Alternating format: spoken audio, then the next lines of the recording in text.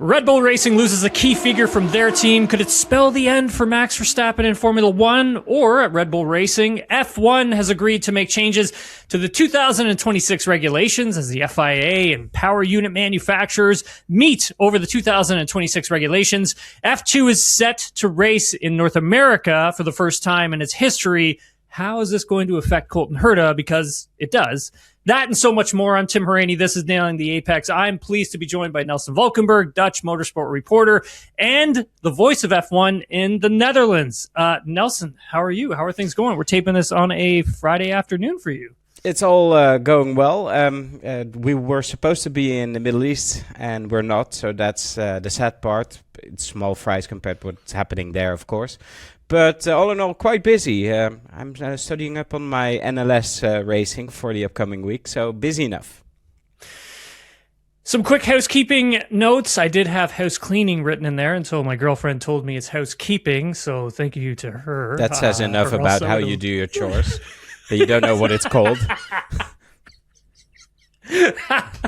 I've been asked to promote our YouTube channel, Nailing the Apex. If you can head on over and subscribe, tell your friends about us. It really helps us grow the show. Now, let's get right into it. Nelson, talk about Gianpiero Lambiase leaving Red Bull Racing. The dates on it are a little muddled, let's say, because one is saying that he's done at 2028, and the other is saying, well, he's going to be working for us in 2028. Gianpiero Lambiase going to McLaren for one of those years. He has to do a gardening leave at some point, Nelson. But when you woke up on Thursday morning, what did you make of this news? It sounded and it read to me like Zak Brown, working ahead, getting ahead of something and trying to put into place some plans that he has for the future. And Gianpiero Lambiase is a huge catch for any team. We knew there was interest in him before. This is a step up for him. They've tried at Red Bull to give him a bigger role, but ultimately his main job in the weekend is to be race engineer to Max Verstappen. And this is a clear step towards how we read it. The team principal role, Andrea Stella's role at McLaren. It feels like something that could lead to being the big boss under Zak Brown within that team. But that's perhaps for the future. Yeah, so the message that I've received from McLaren and then spoken to others is Gianpiero Lambiase is going to join the team as the chief racing officer. He's going to report into team principal Andrea Stella, and we can get into the Stella stuff a little bit later. But I think for GP, I mean, this really does sound like he needed a move, wanted a move, and he got it. I mean, there were other teams out there who were going after him for his services. I mean, Williams is one. Aston Martin really pursued GP quite aggressively, not only last year, but also in the wintertime as well. Yeah, clearly, and it is one of the more talented people in already a very talented paddock. It's logical, and he's been in this post for years and years now. He's extremely experienced, but also he knows what is needed to win. He's not just experienced in F1, but also in one of the top teams. So there is just vast knowledge there. And there seems to be a willingness also to move up into a bigger role. He's not just seemingly content with being just a race engineer, although that may be one of the best jobs in the paddock. But yeah, he's bound for bigger things, it seems. Yeah, and I think like when he had gotten that promotion within Red Bull Racing last year, I think that a lot of that had to hinge on the fact that, you know, Aston Martin was pursuing him quite aggressively to come over and be their team principal at the time. I think for GP though, when you sign on to make a move, I mean, it has to be the right one, and I think that this may speak a little more loudly about what's going on with Aston Martin at the moment in terms of not getting their house in order, but maybe just making sure the structures that they're trying to build within Aston Martin are a little more cohesive, clear, and straight lining through everything instead of being a little more jumbled. And I think that's what, you know, Adrian Newey has to do right now over at that team. I think that's always been the job. I don't know if GP wanted to go there and have to do that, right? I mean, going to McLaren is a smarter move at this time because they really do have a clear working structure set up around them. We circle back and talk a little bit more about Aston Martin because this does actually paint a clearer picture of what they're trying to do over there with trying to get Jonathan Wheatley in the front door, which again, at this moment, they haven't. He hasn't signed anything, and he's still working out his contract negotiations with Audi at the current moment. Yeah, it's crazy that there is just not a blueprint to what works and in terms of an organizational diagram for F1. It seems like everybody's continuously trying to adjust and redefine roles and adding roles, adding management layers, taking them away. Why is it, just a very open question, so difficult for these teams to all latch on to a organizational structure that really works for what is needed for F1? Even McLaren, one of the best run teams in F1, is looking to add another layer to take away something, or perhaps take away some burden from Andrea Stella. What is it about F1 at the moment which makes it so difficult to get away from the jumble, as you describe it, at Aston Martin and really find what works? And Aston is really looking forward to that. And that's why it's so strong by Zak Brown and McLaren, because they're ahead of the curve in this respect. What do you think this signals for Max? I mean, when we look at it, obviously at this moment, Max isn't a huge fan of these regulations. We've talked about it quite often on this show about him potentially leaving Formula One, potentially taking a sabbatical, could retire.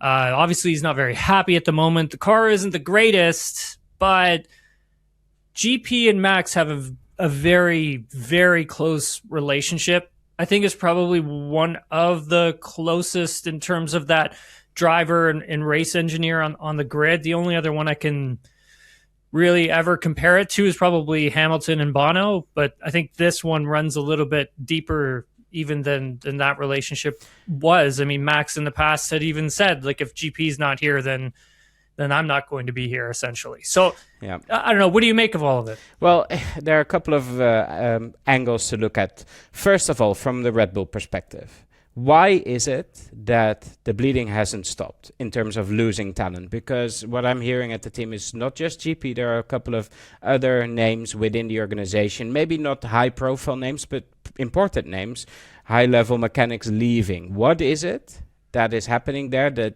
Laurent Mekies hasn't been able to stop? Is this still part of like people that were brought in by Horner that are trying to jump ship like Wheatley did and others have?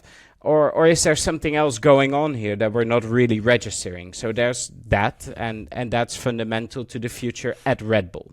Then Max Verstappen. Today came from a Dutch motorsport news outlet, Race Express, an interesting interview with Jos Verstappen done at a rally stage. He was, by the looks of it, testing one of his rally cars, his WC2 car, and he was quite interesting in his answers. He said, first of all, we knew. We've known for quite some time, and we told GP to take it with both his hands, grab this chance, and we will have, this is a very interesting line, we will have 2 more years to enjoy working with GP at Red Bull. That's specifically what Jos said. And then he said it's now up to Red Bull to find a suitable replacement for Max, to work with for Max instead of GP. Now, how this influences what Max is momentarily going through is dependent on how you read the situation with Max. How serious is he about leaving? Is it a combination of factors, that an interview that you do straight out of the car after a very disappointing Grand Prix? Is there more going on there? I think he's trying to pull every lever he's got, every bit of influence he has, as well, like most see him the fastest driver in F1 at the moment, the best F1 driver, arguably, on the grid at the moment, to change, to redirect the course that F1 has set. And this week, and we'll touch upon this later in this pod, this month is very important to that. But apart from him staying, sabbatical, leaving, personally I feel he's staying, but we'll see.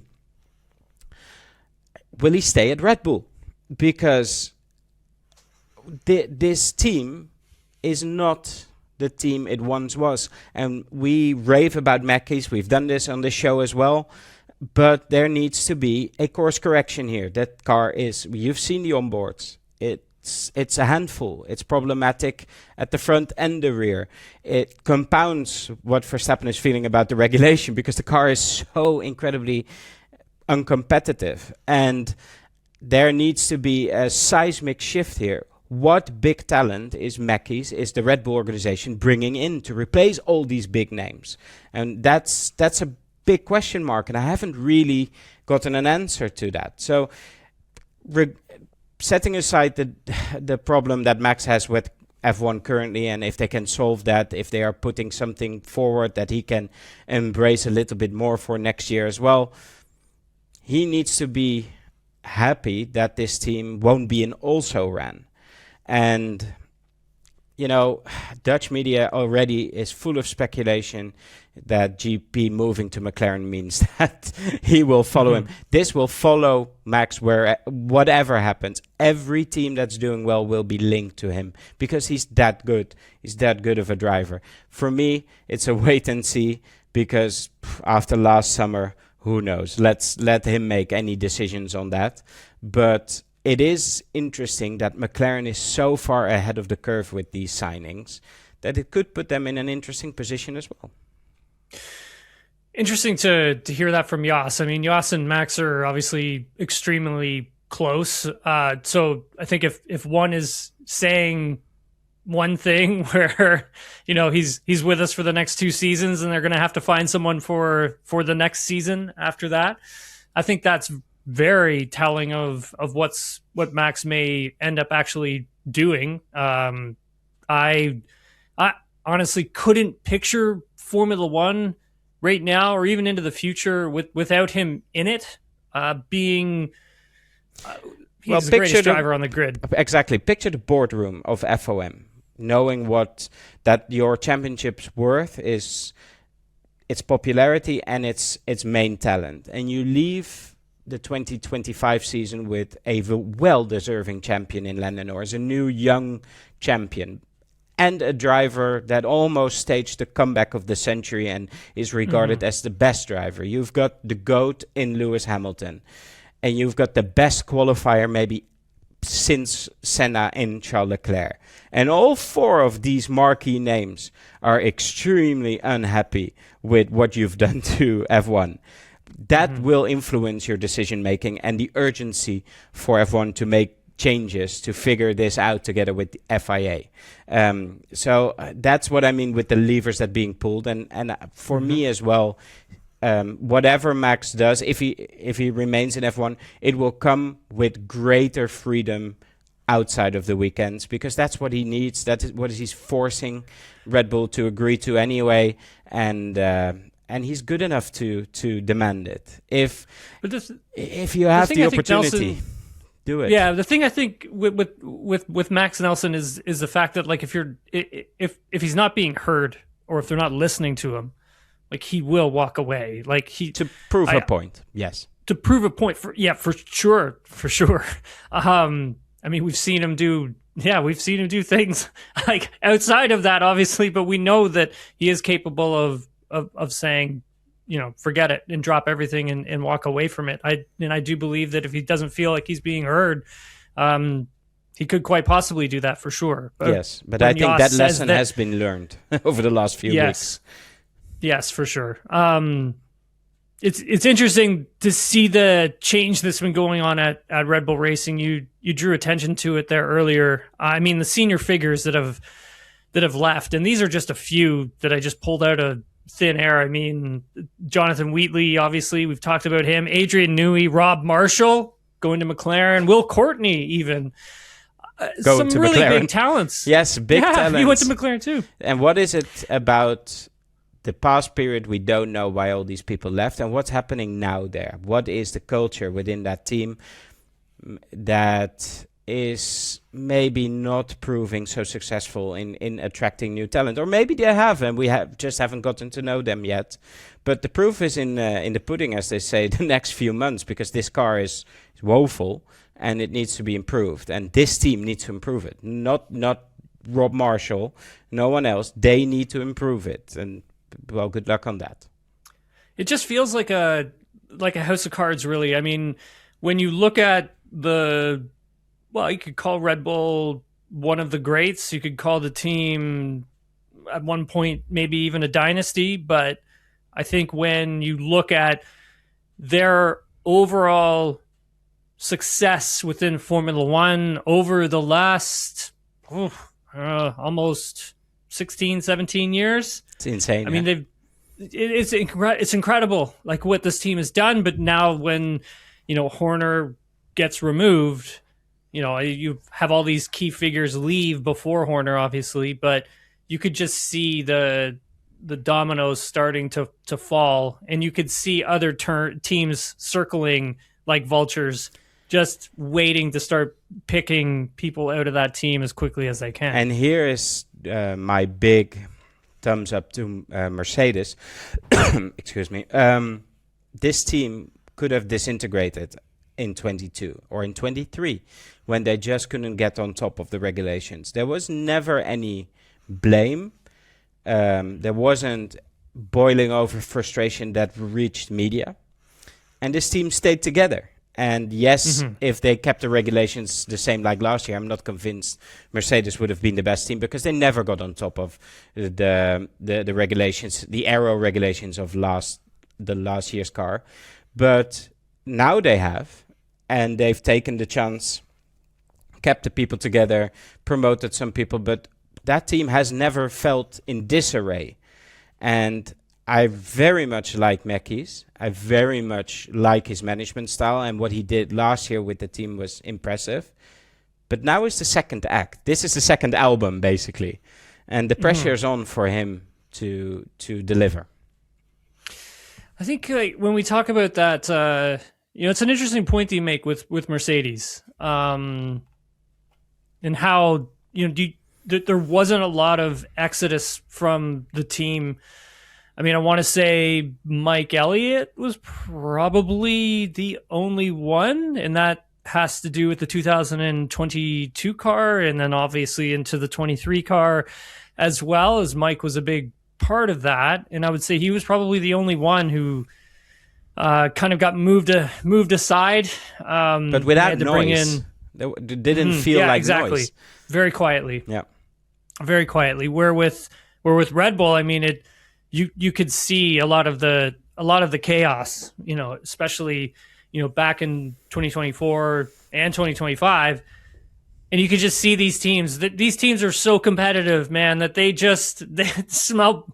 What is it? Smell blood in the water. It's a piranha club, like it's always been coined, right? Like, smell blood in the water, and it's game over. And you can see this sort of mass exodus now from the team. And if you take a look at the two that are sort of left, I mean, that's Max and that's GP.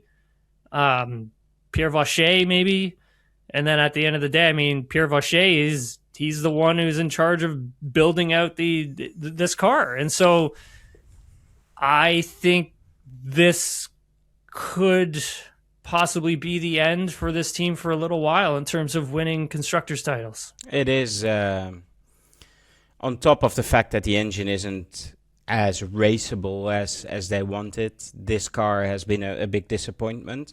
What is probably even a bigger problem for them is that how close Racing Bulls feels in ultimate pace to the Red Bull team, and that's not what it's supposed to be.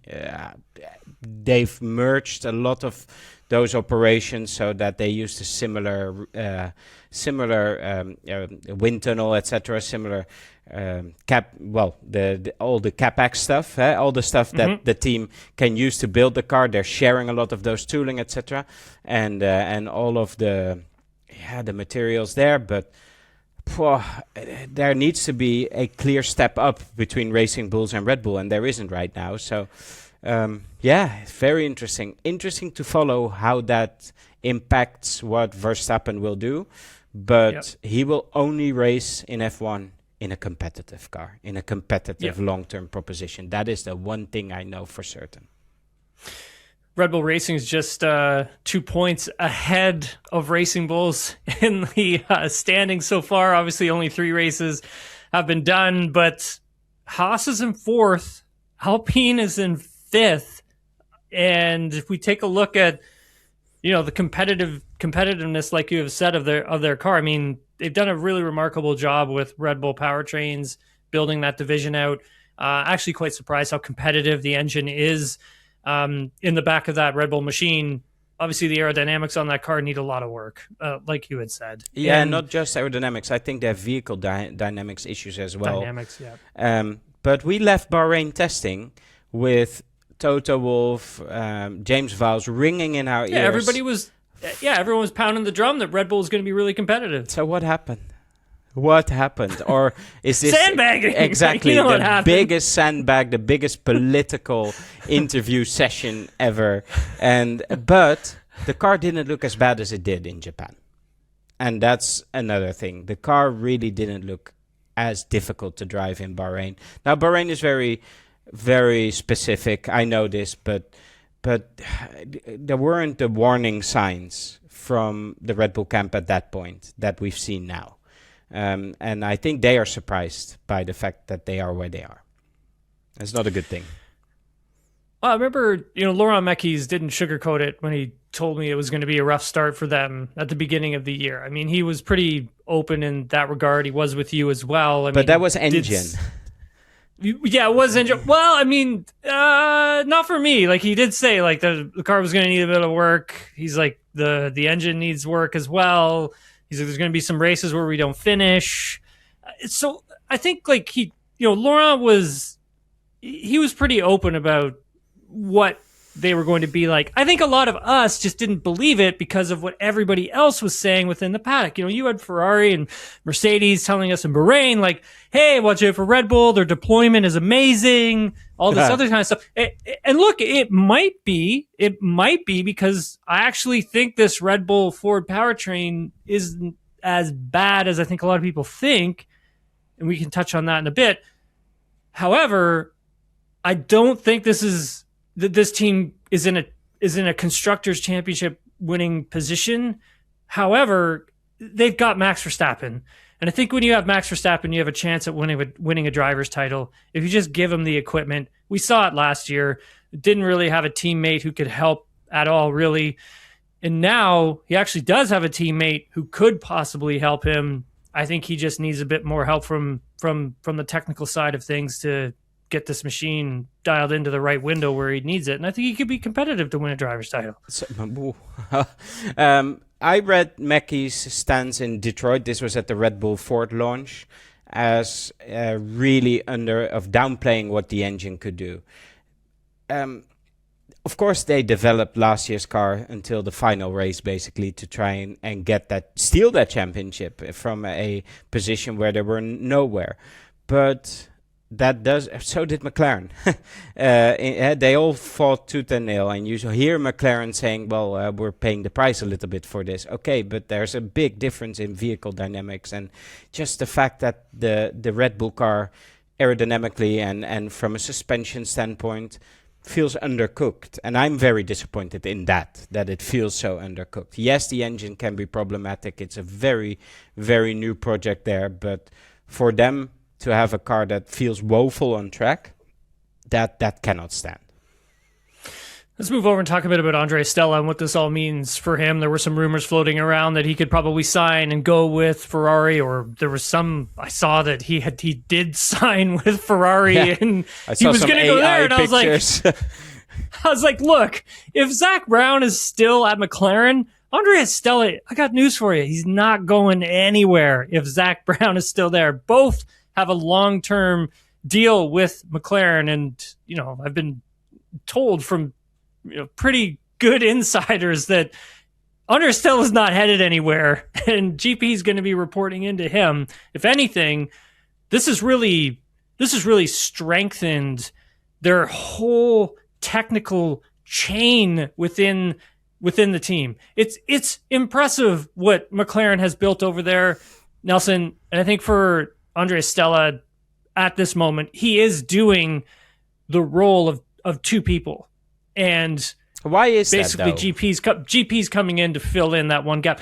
That's because of how they have their engineering tree, right? Like they've got Rob Marshall working on one side of things.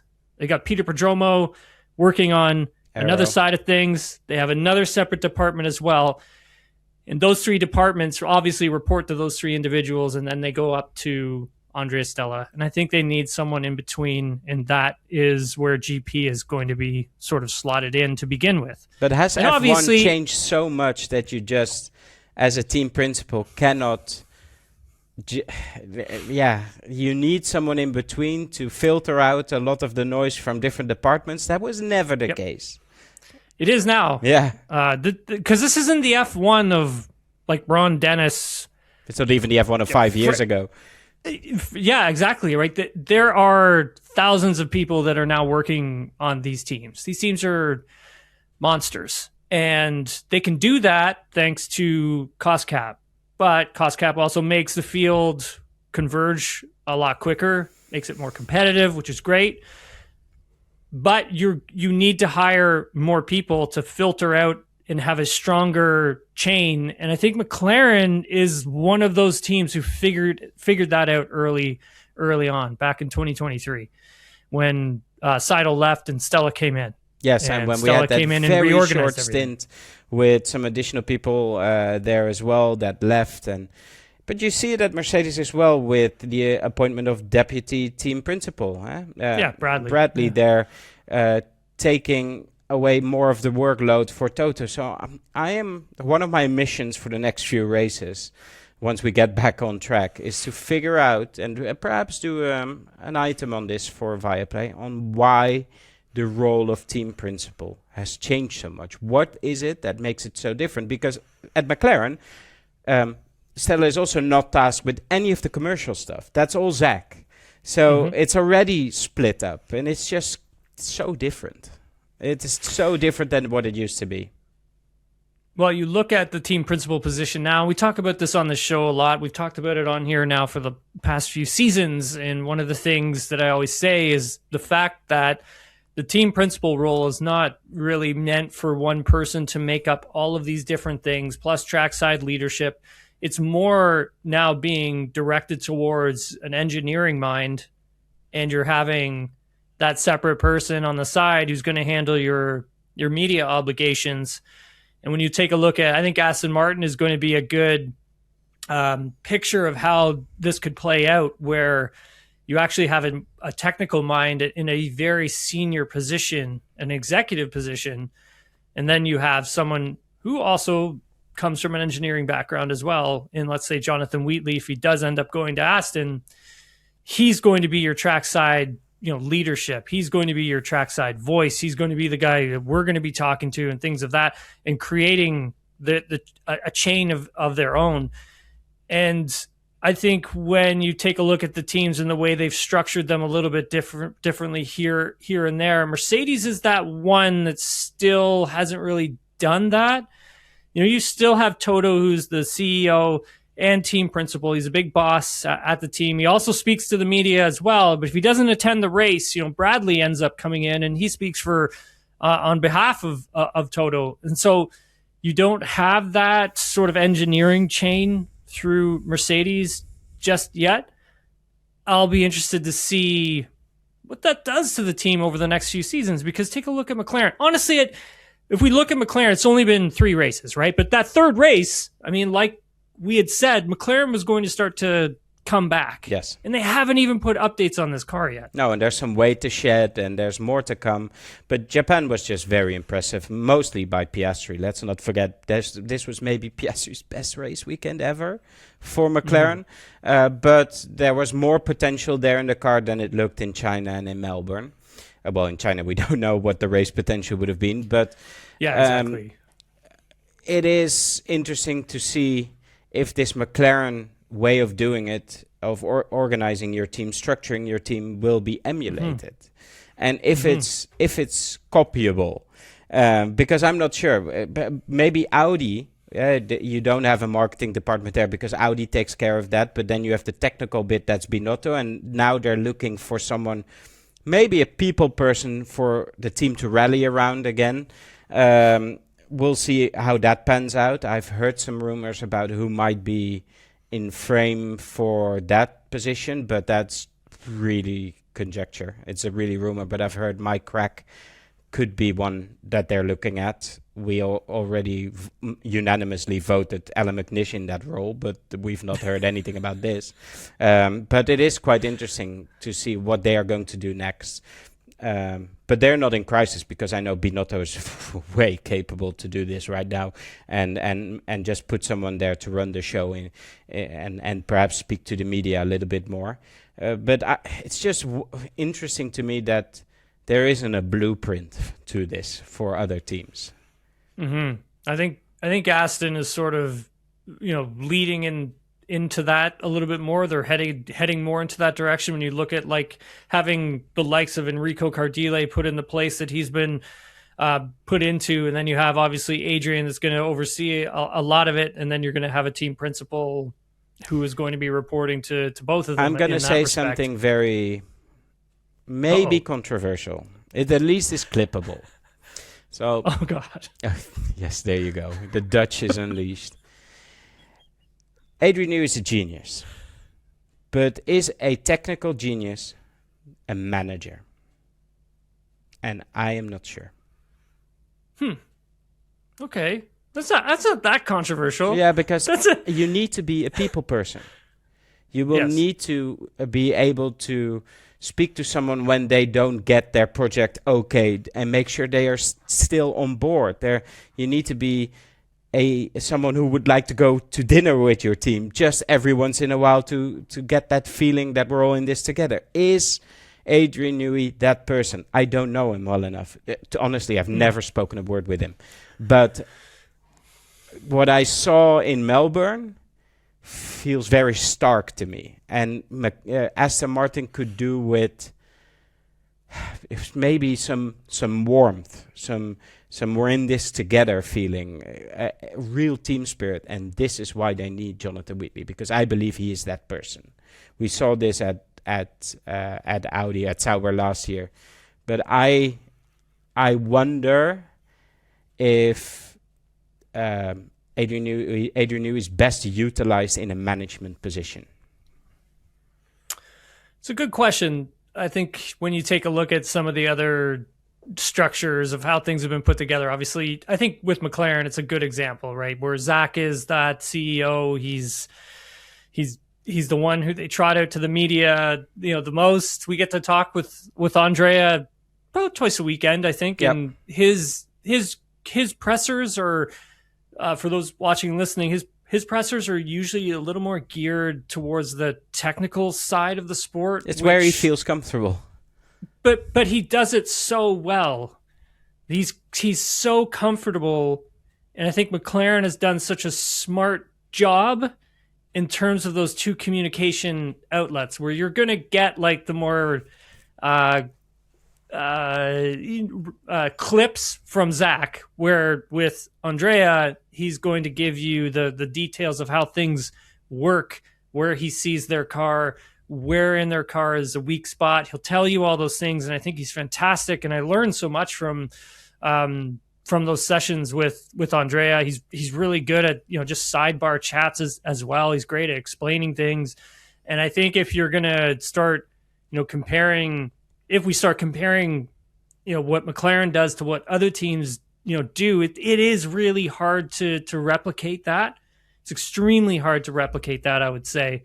Which leads me to this next point of like, do we think, McLaren is going to be that next team over the next decade that will be not dominating the sport, but will be in the picture for every Constructors' Championship for the next 10 seasons? Well, that's a long time, because what we've seen is that... But the way they've set it up, though, right? Like, look at the structure technically behind the scenes, and you've also got your driver lineup. I mean, they're fantastic drivers. So. True, but every top team collapses under its own weight. why, when Ferrari was dominating with Schumacher, nobody saw it coming that with a change of tire regulation, basically, that dynasty changed. It was over. It's just like that, it was over. It felt with Mercedes until 2020, until they, due to COVID, changed the floor regulations a little bit. That team was untouchable. And suddenly it was over. With Red Bull, untouchable. Until something external is brought internal, there's pressure and it's over. We can't foresee what changes. And it could very well be some of the leading figures being poached because McLaren is doing the poaching. But they'll be the target now. From the next 4 or 5 years, people will try to poach people. And it only takes a few of those cards in your house of cards for it to come tumbling down. Because this balance is precarious. Also for a team like McLaren. That's why I think the signing of Lambiase means that Zak Brown is looking ahead. I know he reports to Andrea Stella. But it also brings in some redundancy there. Because Zak will know Ferrari will throw everything they've got at getting a guy like Stella back into the Italian fold. They need to. They would be stupid if they wouldn't. And Zak is sort of looking ahead and trying to look out for his team in that respect. That's how I read it, at least. For sure. I mean, it is something where, Zak obviously has put down a little bit of insurance, right, where it comes to the point where GP is there to, not only to report to Andrea, but also to learn from him as well, because I don't really think you could take GP and throw him into a team principal job right away and have him be successful, especially a team like McLaren that has already got everything structured the way that they need it to be competitive. You can't just throw someone new in there and to be the team principal and then all of a sudden have everything work. It doesn't work like that, right? Because everyone has their own structure of working. It's GP learning what that structure is. And then one day, yes, maybe taking over the team principal role and carrying on what Stella has built over there. For Ferrari, I mean, I think you can't just say that, like, we can't just put Fred to the side, right? Like, the two drivers are still there, and actually Lewis Hamilton is there because of Fred, and the reason Charles Leclerc probably is still sticking around is also because of Fred. I think he's done a good job within the team itself. I really don't feel like if you're Ferrari, you should just be considering getting away from Frederick Vasseur, because he actually has been doing a really good job at that team. Yes, but why wouldn't you elevate Vasseur to, let's say, Zak Brown status? Because then you do it both. Vasseur isn't super technical in that respect, not in the same way as Stella. But is Ferrari going to move Fred closer to an executive role? I don't know, but this is what helps them back, because like, they got rid of Binotto. They should have just done it already. No, but yeah, they got rid of Binotto basically, while they should have kept Binotto and put Vasseur next to him and do the stuff that Binotto wasn't great at. Vasseur is a great team person, create a team, and that is what that depth is lacking somehow at Ferrari at this point. And yeah, I don't know. Last year was quite a step back. Let's not forget, last year was quite a disaster for Ferrari. It was not good. So yes, they're okay now, but once the McLaren steamroller of development starts, will they regress to being third? And then can they actually latch on to the back of these two teams? That's the big question that will, in my mind, determine the future leadership and management at that team. Let's see talk about how the he regulations. Totally side-skipped that last bit because he doesn't agree with me, people.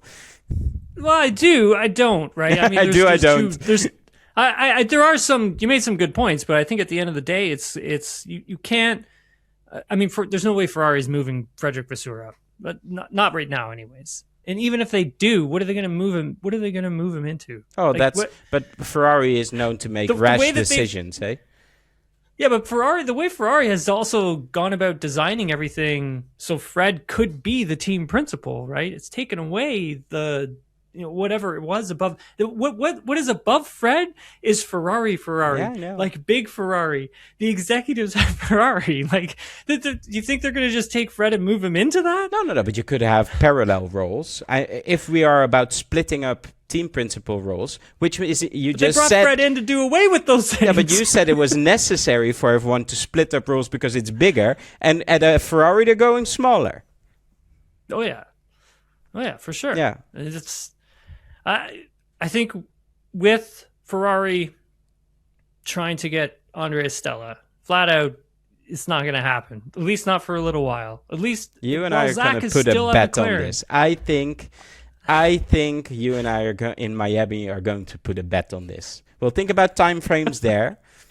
I'm going to talk to some people first on the ground, and then we'll make our bet. I'll say it now. I believe there is a future, and it doesn't need to be imminent. It doesn't need to be right around the corner, where Zach and Andrea Stella part super amicably. And not because of drama, but because some roles, some things are, some projects are played out. And when you've achieved everything, but you are looking for the next thing, you want to maybe move back to your native country, etc., etc., etc. Super conjecture. I know this is all speculation, but you and I are going to put a bet on this. And we have it on record that you just said that as long as Zach Brown is the team boss, the owner, the CEO, whatever his designation is, CEO, Stella won't leave. That's on record, and I'm going to bet you on this. Good. That's fine. Hey, look, I'll accept it. And if I'm wrong, I'm wrong. I don't think I am wrong because I also don't think that Zach wants to just bring GP in to have him be a team principal to run something he doesn't know. Oh, that's why I'm saying it's works. not this year, not next year. GP doesn't get there until we believe 2028. Yeah, let's see on that. Let's see what it actually turns out to be. But so now this conversation has to be archived until like at least 2030. But everything on the internet is archived forever, so you will never be able to say I can't pay up, but it didn't work. Clip it. Yeah. Clip it. Let's do it. All right. Let's talk about the regulations. So F1 has agreed to make changes to the 2026 regulations. The FIA and power unit manufacturers met on Thursday to discuss. Here is what's come out of it. I'll give you the Cole's notes. Nelson, you already know all this stuff, but for those watching, listening, on Thursday, in attendance for this meeting were the FIA technical experts from the team, the power unit manufacturers, and the FIA had said that there were agreed upon tweaks to the energy management, but there are other steps that this thing needs to go through before anything happens. So the sporting regulations. So there was a meeting that will take place on April 15th to see if any changes in Section B of those sporting regulations can be changed, if anything can be moved around, because these are things that are going to need to happen if they want to make bigger changes within this regulation. The sporting regulations need to be addressed. A technical meeting is going to take place on the next day, so April 16th. So on April 16th, the points that were raised in Thursday's meeting, they're going to be followed up on. April 20th is going to be the big meeting. That's with all major stakeholders within Formula One. Everyone's going to get together. All the technical teams will propose the preferred options, the pathway forward for these regulation change, and a consensus will then need to be sought. And that's not going to be easy, obviously. And all the changes they're going to be needed to be voted on at the FIA World Motorsport Council. For the changes that were talked about, I mean, we have spoken about them quite a bit on this show. We talk a lot about them on the last show out. And essentially all of that was discussed on Thursday. So how is the MGUK harvesting? How much power deployment? How much are they going to allow for there to be in overtake mode? Is it going to be 350 kilowatts? to be recharged, or is it going to be 250? Is it going to be less? How many megajoules per lap? All that kind of stuff. Yeah, so, and how deployment works. Does it all come in? How deployment works. Exactly. Right at the end or the beginning of the straight, or is it like applied more gently in a curve there? Basically, everybody in this paddock, including us, apparently knows what is supposed to happen. What is the room in the regulation set? And that first meeting is just housekeeping to make certain that the door is open, that everything is ready for the subsequent 3 meetings, including the 20th. But I come back to what I said earlier. The urgency is there. Everybody knows it needs to be done. I know they could need a majority or unanimous vote, but I think there is also a mechanism to push things through if it's for the good of the sport. So, and if they just say safety, then you're completely you're in your home free. Basically, you have the opportunity to do it. But I think what will be interesting is Montreal, because Miami is easier on the hybrid component and the issues. So it won't show up as much in Miami, except for qualifying. But then racing in Montreal will show us what it has actually done and if more is needed. But what is clear is that there is no stakeholder here, with the exception maybe of Mercedes, because if you're winning, why would you want to change? There's no stakeholder that doesn't believe that a change is necessary. Mm-hmm. Absolutely. And that's a difference compared to where we were a couple of weeks ago. Yes, which is, I mean, if you're the sport, it's a good thing, yeah. Right? I mean, it shows that everyone is actually on the same page and working together and wanting to make Formula One the best sport it can be. And all it takes is the chance of losing money. Yes. Yeah. Exactly. In the end, it works in business and sports like this all the time. And now they fear that they can lose some money on this. So here we go. And I think the World Motorsport Council, so for those watching, listening who don't really know how this sort of works, if there are big changes, and like Nelson had mentioned, the FIA can push them through if it boils down to safety, which now it does. However, it is leaning more towards it. They want it to be a vote, like where everyone does take part. Everyone, yes, has their say, but then votes in whatever direction that they're going to take this thing, which obviously most of them are on board with that. Mercedes maybe a little more pulling Toto to get him to get him over to make the vote because they all need to agree upon it, yep. Right? And so obviously that's going to be happening on April 20th, so it'll be pretty exciting. You and I are definitely we'll do a pod on that for sure when we find out what exactly I feel going like on. We're doing. But in the end, we know which way it's going. That's the thing. We've known for weeks what is possible. Yeah. It just needs to happen, and then we need to see if it's enough. That we don't know. Yeah, and I think the bigger picture on top of that too, Nelson, is like what do they do for next year? Because I think there's another step coming. Yes, there will need to be another step within the regulation, and I feel that's more internal combustion. I was going to say, right now it's 520, 530 brake horsepower, something around that mark. It needs to be bumped up to 700, 750, yes, and that's not I think so too difficult. But you just have to give.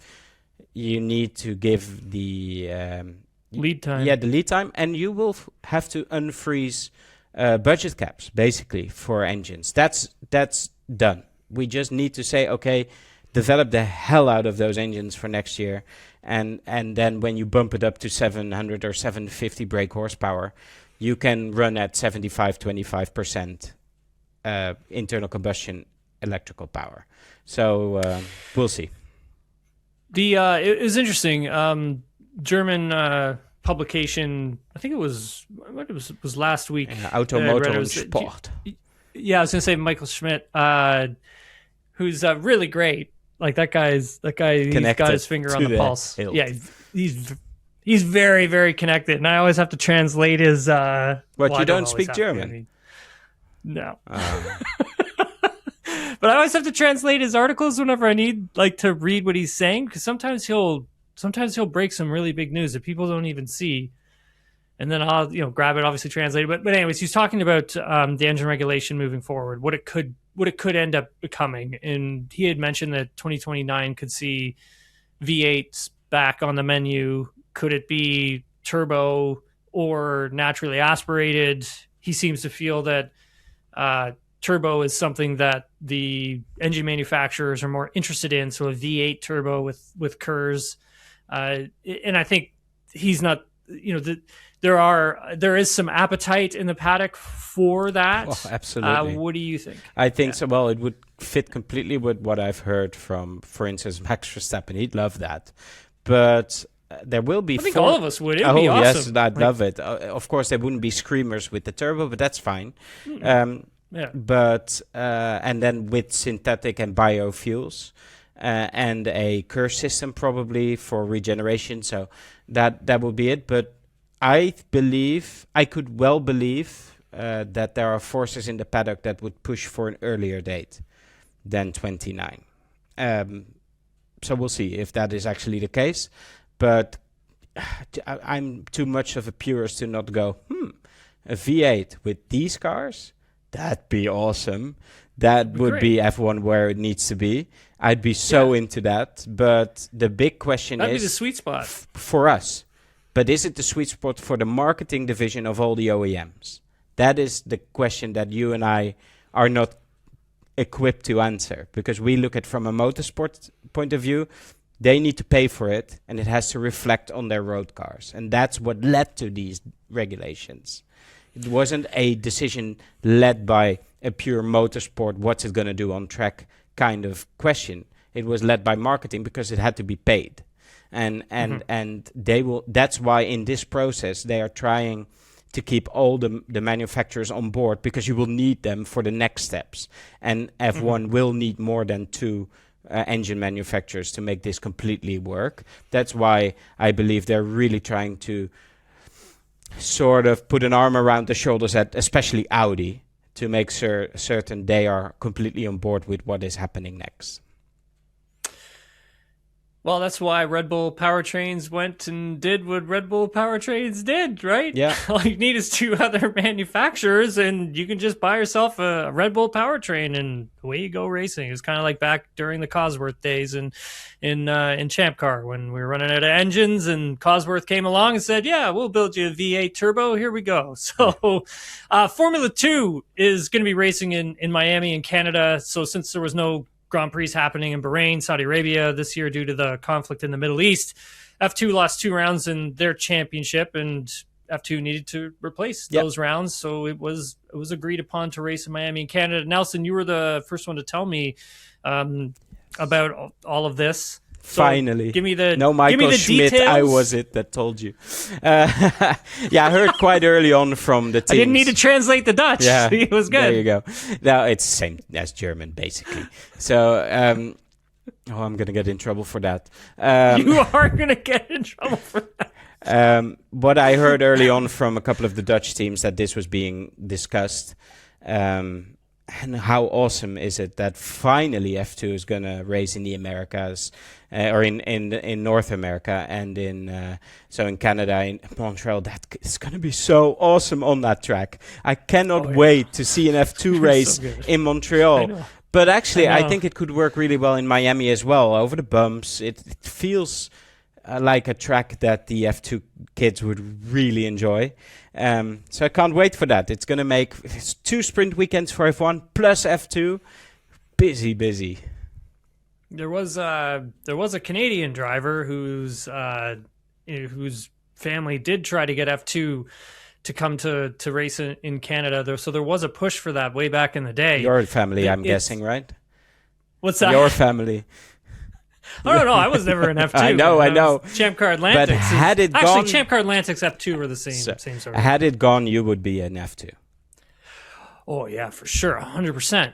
Yeah. 100%. What's that track like in a car like this? Oh, buddy. It's going to be a wild ride. It's going to be those drivers. I mean, it's not like Jeddah, right? But at the end of the day, when you're flying down the back straightaway and you've got to face the wall of champions. It's a very different story when you're driving a car straight towards a wall. It's going to be great to watch them. I'm really excited for it. When you told me that it was happening, I didn't believe you because I didn't want to have like my dreams crushed. Okay. But aren't we also expecting slightly colder temperatures and perhaps some rain there around that time? So it could be such a cool weekend, literally and figuratively. You know what's crazy? So I woke up on what day was it? So we're taping this on a Friday. So earlier this week it was like snowing in Toronto, and so we're a lot more south than where Montreal is. And in Montreal, like if it's cold here, it's freezing there. And it was cold here, so I can only imagine how cold it was in Montreal. And this is like April, like we're April 10th. And I was getting some text messages from a couple of people in the UK, and they're asking me what the weather was like. And so I was like, I just took a picture and I sent it to them, and they're like, it's snowing. I'm like, oh yeah, man. I'm like, remember when they said they were going to have this race in May? And I said, it's going to be interesting. We'll see what happens. I remember one year, I think it was 2016. It was 2015 or 2016. I keep getting that. It's 2016. That's when it was, 2016. And it was so cold, and this was in June on its regular date, but it was so cold. We all thought it was going to snow. The drivers thought it was going to snow. Like it was freezing. And I was obviously reporting for TSN at the Canadian Grand Prix that year. So I know how cold that was and how cold it can get. And so it'll be interesting to see what it's going to be like on that May 2-4 weekend. But I am super excited to see Formula 2 race both in Miami, obviously more so in Canada because the track is just going to be it's going to be wild for those guys. How did Colton Herta wake up though with that news? What a gift. Yes. I was going to go there next, but he's going to miss doing the Indy 500, right? Yeah. But he's got a home race and he did well. Yeah. And that's a track he would excel at normally. And he did well in Melbourne. He really did well. He had a good weekend. He did far better than I may have expected him. He adjusted himself to that car very easily. He's had some weeks of preparing. I think Colton will be very happy to be racing in Miami, and that's going to be pandemonium. I know for certain F1 is going to wheel him out to the main stage of the fan zone. Mm-hmm. I was driving, so I went on to iRacing, and this was last month, and I bought the Miami Grand Prix circuit around the Dolphin Stadium, and I bought, what were the other cars that I purchased? It was an old Renault 2-liter, which I used to race, and then the Indy Next car, and an old Champ car. Oh. So the old Champ car obviously is going to be faster than a Formula 2 car. Yeah, I would suppose. But so light. Yeah, but like I did take it around the track, and I was like, oh man, having a car like this going around here is going to be, especially through the S's. I mean, it's going to be a tough race for the F2 drivers. That is going to be a track, I think, that's going to, if you make a mistake, is really going to punish you. I think for the F1 cars, I mean, for the most part, if they make a mistake, they usually are able to kind of get away with it, but not so. I don't think for Formula 2. No, I honestly don't think so. I think that's going to be a very tough street circuit for them. Looking forward to it. Going back to Colton real quick. I mean, obviously he was scheduled to jump in for the Indy 500, but given all that's happened and everything that has changed, I think Canadian fans will be excited to see him. He's got a big Canadian following because of IndyCar, so I think, people are going to be really stoked that they're coming up here to race. I know I am. So I know Nelson is. Yeah, I'm super happy. But can't someone else qualify his car for him? And then he races in 9 in the morning, 10 in the morning, whatever it is, and then. Phew. No way. No, not happening. No, not happening because like the Indy 500's on the same day, right? Yeah. But if you can do the Coca-Cola 600 and the Indy 500 on the same day, why can't you race? In the morning, Quebec and like Indiana are not really like close. Like Canada's huge, man. Like it's really big. I'm just dreaming here. Don't crush my dreams, then. I'll bet no, you I'm they've really looked excited. at it. He probably has. I haven't talked to him about it yet, but I'm going to see if there was anything that he could do to try and make it all work. But yeah, no, I'm just excited to see Formula 2 racing at these two events. Nelson, thanks so much for taking the time to do this. Appreciate it. Yeah, I guess that's it. Well, we'll be back next week with Engine news. with more of whatever is going on. So thanks again, Nelson. Really appreciate it. Absolutely.